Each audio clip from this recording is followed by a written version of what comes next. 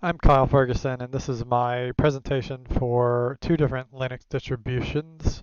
I've picked Debian and Fedora, primarily because I use Debian in my internship, and I'm somewhat familiar with Fedora, just hearing it and hearing people talk about it prior to being in this class. So firstly, why use Linux? First and foremost, it's free. Um, it's also secure. It's much less vulnerable to malware and viruses as compared to Windows, simply because maybe even the majority of malware and viruses are designed to target Windows architecture.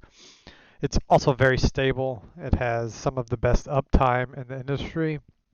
Another huge point is that the system speed of a Linux operating system does not decline over time as you would see in Windows. If you've ever installed Windows, you notice it's much faster the day of installation than 1 or 2 years down the road. That is not so in most Linux installations.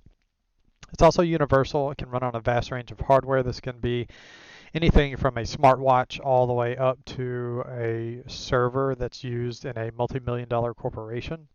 So the variety of devices you can install Linux on is much greater than Windows or Macintosh.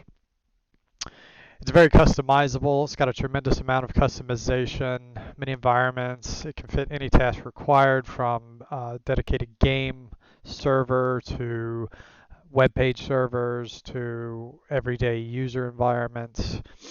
And it's also got unparalleled support due to the online community and the number of people who offer their time, mostly free of charge, to encourage and ensure the development of Linux. So to speak about Debian first, its strengths: it's an enterprise application. It's used in industry quite a bit. Some of its high points are reliability, the community knowledge base regarding Linux. It's got renowned security even within the Linux subdomain of operating systems. It's also got long-term support and cloud imaging, which make it an ideal option for production. It has multiple installer options. These range from simplistic all the way up to environments which the most advanced Linux users would be able to take advantage of fully. It's also the seed and base for many other distributions, so if you became well versed in Debian, you would see a lot of knowledge crossover to other versions or distributions of Linux. So to speak about some of the weaknesses in Debian, it may be more conservative than other distributions, which means new features that may be available on some other distributions are not immediately available on Debian. And it is also not the most user-friendly. While there are installer options for relatively inexperienced users, if someone is looking for the most simplistic version of Linux, Debian will definitely not be it. It also doesn't have any PPAs, which are personal package archives. They're software repositories for uploading source packages. Those are offered in Ubuntu, which we've been using in class.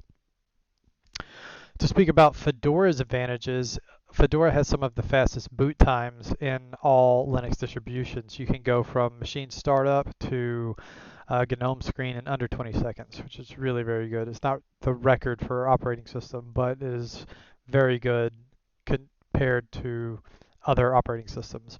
One of its other strengths is virtualization, specifically cloud-based virtual private servers. There's a large community that focuses on this, and there is a plethora of development and support knowledge readily accessible on the internet for these topics.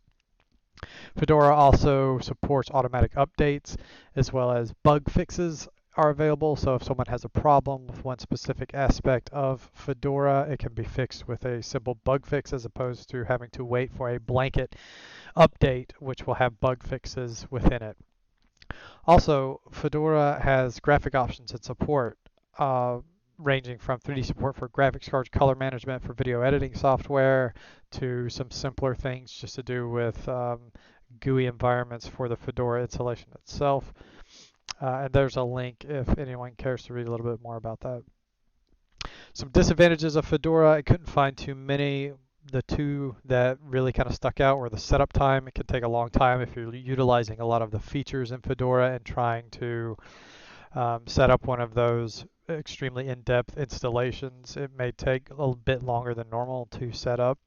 And additional software tools may be required for some server demands. It just depends on what kind of server you're looking to install. So just to compare these two, Fedora uses the RPM format and Debian uses the deb format. They're both just archive files with some metadata attached to them.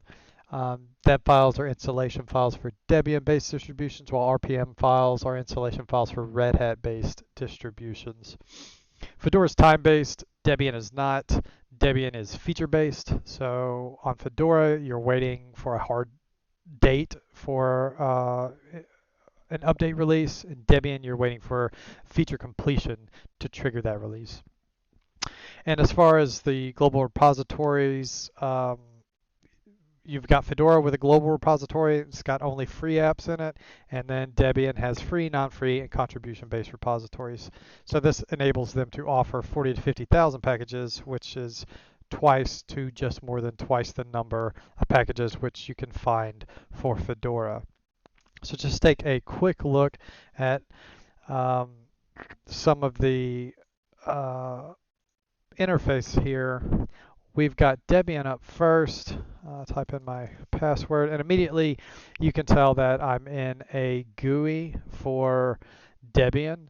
Just to look at some of the features, the way we're going to go down and get into our all too familiar terminal is just by typing in terminal, and it'll bring up our terminal. I did a little playing around in this, and I want to go to the root. Let's say, for example, it's not going to let me. It's going to tell me permission denied. So if I try to sudo to the root, it's not going to let me do that either. I played around with this earlier, and I got to some rather comedic text, but I'm having a little trouble bringing it up now. But you see that this is much more user-friendly, much, I would say, lighter weight, if you will, much more familiar to a Windows or Mac user. And then if we take a quick look at Fedora, it's something that looks very familiar to us, and we can just log in to our root and take a look at some of the things that we've got going on, which reminds us of what we're doing in class. So those are the two that I chose to look at. I'm probably going to be setting up a game server sometime soon on a Linux installation, on a Linux distribution rather, and I'm not sure what I'll choose. I think Ubuntu may be the best version for that, but we're going over that in class, so I didn't want to choose that as one of the two that I was comparing. But I'll be happy to take any questions live. This has been my presentation of Fedora versus Debian. Thank you for watching.